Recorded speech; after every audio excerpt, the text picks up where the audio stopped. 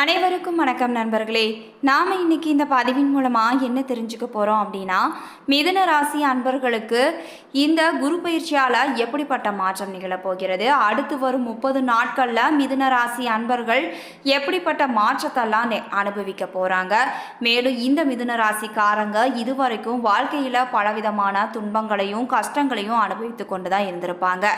இந்த குரு பயிற்சியால் இனி எப்படிப்பட்ட மாற்றத்தெல்லாம் மிதுன ராசிக்காரங்க சந்திக்க போகிறாங்க என்று தொடர்ந்து இந்த பதிவில் நாம் தெரிஞ்சுக்கலாம். ஸோ இந்த வீடியோ பதிவை நீங்கள் ஸ்கிப் பண்ணாமல் பாருங்கள். மேலும் நீங்கள் மிதுன ராசிக்காரராக இருந்தால் மறக்காமல் எங்களுடைய சேனலை லைக் பண்ணுங்கள், ஷேர் பண்ணுங்கள், கமெண்ட் பண்ணுங்கள், சப்ஸ்கிரைப் பண்ணுங்கள். கூட இருக்க பெல் பட்டனையும் மறக்காமல் கிளிக் பண்ணுங்கள். அப்போ தான் நாங்கள் போடுற ஒவ்வொரு பதிவும் நோட்டிஃபிகேஷன் மூலமாக உடனுக்குடன் உங்களை வந்து சென்றடையுங்க. இப்போ வாங்க வீடியோக்குள்ளே போகலாம். வீடியோக்குள்ளே போகிறதுக்கு முன்னாடி உங்களுக்கு விநாயக பெருமானை ரொம்ப பிடிக்கும்னா கணபதியே போற்றி போற்றி என்னும் மந்திரத்தை மறக்காமல் 3 முறை எங்களுக்கு கமெண்ட் பண்ணுங்க.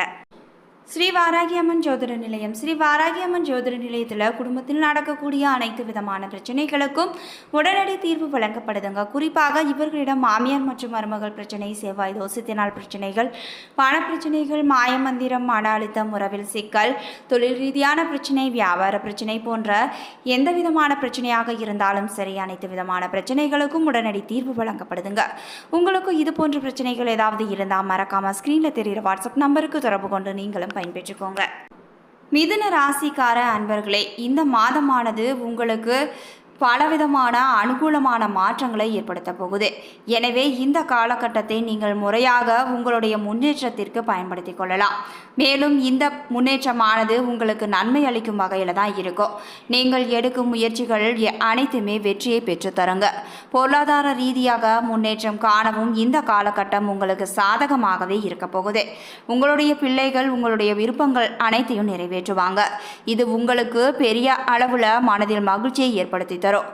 இந்த மாதம் உங்களுடைய வருமானத்தை விட செலவுகளும் அதிகமாக தான் இருக்க போகுதுங்க. எனவே பட்ஜெட் அமைத்து நீங்கள் செலவுகளை மேற்கொள்ள வேண்டும். மேலும் கடன்கள், வழக்குகள் மற்றும் ஆரோக்கியம் போன்றவற்றில் தற்காலிக பிரச்சனைகளை நீங்கள் சந்திக்கவும் நேரலாம்.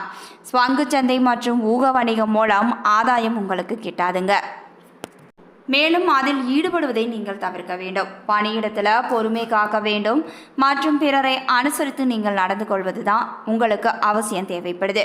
குழு உறுப்பினர் மற்றும் குழு தலைவரிடம் சில பிரச்சனைகளை நீங்கள் சந்திக்கவும் நேரலாம். அவர்களுடன் நீங்கள் வாக்குவாதத்தை தவிர்க்க வேண்டும். குறித்த நேரத்தில் உங்களுடைய பணிகளை முடித்து அளிக்க முயல வேண்டும். தொழில் செய்யும் மாற்றம் நஷ்டம் அல்லது வீழ்ச்சியை ஏற்படுத்தலாம். எனவே வழக்கமான நடவடிக்கைகளை மட்டும் நீங்கள் தொடர வேண்டும். மாற்றம் ஏதும் செய்யக்கூடாது. தொழில் முதலீடு மூலம் உங்களுக்கு நஷ்டமும் ஏற்படலாம். எனவே முதலீடுகளை நீங்கள் தவிர்க்க வேண்டும். கூட்டு தொழிலில் கூட்டாளர்கள் உங்களுக்கு சாதகமாக செயல்பட மாட்டாங்க. எனவே உங்களுடைய கூட்டாளரிடம் நீங்கள் கவனமுடனும் எச்சரிக்கையுடனும் இருக்க வேண்டும்.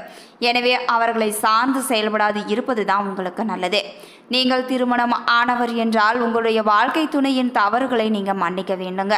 காதலர்களுக்கு இது சாதகமான பலன் தரும் மாதமாக இருக்க போகுது. நீங்கள் தியானம் மேற்கொள்வதும் உங்களுக்கு நல்லதுங்க. அடுத்து காதல் மற்றும் குடும்ப உறவு எப்படி இருக்குதுன்னு பார்க்கலாம். கணவன் மனைவி உறவுல ஒற்றுமையும் அதன் காரணமாக மன நிறைவும் உங்களுக்கு இருக்கலாம். இருவரும் சேர்ந்து குறுகிய தூர பயணங்களையும் மேற்கொள்ளலாம். அது உங்களுக்கு மகிழ்ச்சியை அளிக்கக்கூடியதாக இருக்கும். இருவரும் பரஸ்பரம் தங்களின் தரமான நேரத்தை ஒன்றாக சேர்ந்து கழிக்கலாங்க. ஒருவரின் வெற்றிக்கு மற்றவர் உறுதுணையாக இருப்பீங்க. பரஸ்பரம் பரிசுகளை வாங்கி தரலாம்.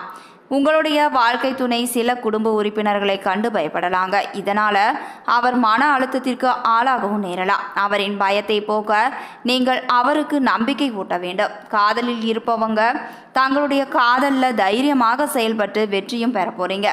உங்களுடைய துணையை நீங்கள் இருக்கலாங்க. மாத இறுதியில் திருமணமான தம்பதிகள் சில சங்கடங்களை சந்திக்க நேரலாம். உங்களுடைய துணையின் தவறுகளை மன்னிப்பதன் மூலமாக நீங்கள் மகிழ்ச்சியாக இருக்கலாம். காதலில் மகிழ்ச்சி பெற லட்சுமி தேவியை நீங்கள் வணங்க வேண்டும். அடுத்து உங்களுக்கான நிதிநிலை எப்படி இருக்குதுன்னு பார்க்கலாம். உங்களுடைய பொருளாதார நிலையை மேம்படுத்தி கொள்ள நீங்கள் முயற்சிகளை மேற்கொள்ள போறீங்க. உங்களின் இந்த முயற்சி உங்களை முன்னேற்ற பாதைக்கு இட்டு செல்ல போகுது. இந்த மாதம் வளர்ச்சியும் கிட்டும் என்பதால் இந்த தருணத்தை நீங்கள் சரியாக பயன்படுத்தி கொள்ள வேண்டும். உங்களுடைய கடின உழைப்பின் மூலமாக நீங்கள் அதிக வருமானமும் பெற போறீங்க. தொழிலில் போட்டியாளர்களை வென்று உங்களுடைய தொழிலில் முன்னேறி நீங்கள் வெற்றி காண்பதற்கான வாய்ப்புகளும் இருக்குது. அதிர்ஷ்டம் மூலம் திடீர் பணவரவும் பெற போறீங்க. இந்த மாதத்தின் 2ஆம் பகுதியில் உங்களுடைய செலவுகளும் அதிகரித்தே காணப்படும். தொழில் கூட்டாளி மூலம் சில நஷ்டங்களை நீங்கள் சந்திக்க நேரலாம். எனவே கூட்டு தொழில் செய்பவங்க கவனமாக இருப்பது தான் நல்லதுங்க. சில புதிய நபர்கள் உங்களுடைய பணத்தை முதலீடு செய்து உங்களை ஏமாற்றுவதற்கு மோசமான யோசனைகளை உங்களுக்கு வழங்கலாங்க. எனவே அவர்களிடம் நீங்கள் எச்சரிக்கையாக இருக்க வேண்டும். எல்லோரிடமிருந்தும் வரம்புகளையும் தூரத்தையும் நீங்கள் பராமரிக்க வேண்டுங்க. உங்களுடைய வாழ்க்கை துணையுடன் தொடர்புடைய கடன்கள், சட்ட பிரச்சனைகள் மற்றும் உடல்நல பிரச்சனைகள் போன்றவற்றிற்காக உங்களுடைய பணத்தை செலவழிக்க அதிக வாய்ப்புகள் இருக்குது. மகான்களை தவறாமல் வழிபடுவது உங்களுடைய செலவுகளை குறித்து உங்களுடைய பொருளாதார வளர்ச்சிக்கு உதவ போகுது. அடுத்து உங்களுடைய உத்தியோகமானது எப்படி இருக்குதுன்னு பார்க்கலாம். இந்த மாதம் உங்களுடைய உத்தியோக நிலை சிறப்பாக இருக்கும் என்றாலும் கூட நீங்கள் கடின முயற்சிகளை மேற்கொள்ள வேண்டி இருக்குங்க. உங்களுடைய கடின உழைப்பிற்கு ஏற்ற அங்கீகாரம் கண்டிப்பாக உங்களுக்கு கிடைக்கும். உங்களுடைய உத்தியோக நடவடிக்கைகளை மேற்கொள்ளவும் அதில் வெற்றி காணவும் தெற்கு திசை உசிதமானதாக கருதப்படுது. இந்த மாதம் உங்களுடைய வழக்கமான நடவடிக்கைகளை மற்றும் எந்தவித மாற்றமும் இன்றி நீங்கள் செய்ய வேண்டும். பணியிடத்தில் ஆவணங்கள், தரவுகள் மற்றும் தகவல் தொடர்பு போன்ற விஷயங்களில் பிரச்சனைகளை எதிர்கொள்ள நேரலாம். இதனால் உங்களுடைய பெயருக்கும் புகழுக்கும் களங்கமும் ஏற்படலாம். குழு உறுப்பினர்களுடன் பேசும்போது நீங்கள் கவனமாக இருக்க வேண்டும். மேலும் அதன் மூலம் பிரச்சனைகளையும் நீங்கள் தவிர்க்கலாம். பணியிடத்தில் நீங்கள் அனைவருடனும் அனுசரித்து செல்ல வேண்டி இருக்குங்க. சக பணியாளர்கள் மற்றும் மேலதிகாரிகளுடன் நீங்கள் அடிக்கடி வாக்குவாதங்களை செய்வதை தவிர்க்க வேண்டும். அடுத்து உங்களுக்கு தொழில் எப்படி இருக்குதுன்னு பார்க்கலாம். இந்த மாதம் நீங்கள் பொறுமை காக்க வேண்டும் என்று அமைப்பு இருக்குதுங்க. முதலீடு செய்வதை தள்ளி போட வேண்டும். கூட்டு தொழிலுக்கு இந்த மாதம் ஏற்றது கிடையாதுங்க. முதலீடு செய்வதன் மூலமாக நீங்கள் சில பணத்தையும் இழக்க நேரலாம். எனவே நீங்கள் கூட்டு தொழிலை தவிர்க்க வேண்டும். அடுத்து உத்தியோகம் மற்றும் தொழிலில் அடுத்தது ஆரோக்கியம் எப்படி இருக்குதுன்னு பார்க்கலாம். இடுப்பு, முதுகுத்தண்டு, அடிவயிறு மற்றும் தலை தொடர்பான உடல்நல பிரச்சனைகளில் இருந்து மீள்வதற்கு இந்த மாதம் ஆதரவான காலமாக இருக்க போகுது. எனவே நீங்கள் இந்த பகுதிகளில் சிக்கல்களை எதிர்கொண்டால் சிகிச்சைக்கு செல்லலாங்க. விஷ்ணுவை தொடர்ந்து வழிபடுவதன் மூலமாக உங்களுடைய உடல்நல பிரச்சனைகளை களைந்து உங்களுடைய ஆரோக்கியத்தை பேண முடியும். அடுத்து மாணவர்களுக்கு எப்படி இருக்குதுன்னு பார்க்கலாம். மாணவர்கள் சிறப்பாக கல்வி பயில்வாங்க. மாணவர்கள் இரவு நேரத்தை படிப்புக்காக பயன்படுத்தலாம். இது அவர்களின் கல்வி வளர்ச்சிக்கு மிகவும் உறுதுணையாக இருக்க போகுது. இந்த மாதம் அவர்கள் மேற்கொள்ளும் இரவு படிப்பு அவர்களின் நினைவாற்றலை மேம்படுத்தி அதிக மதிப்பெண்களை பெற உதவிகரமாக இருக்கும்.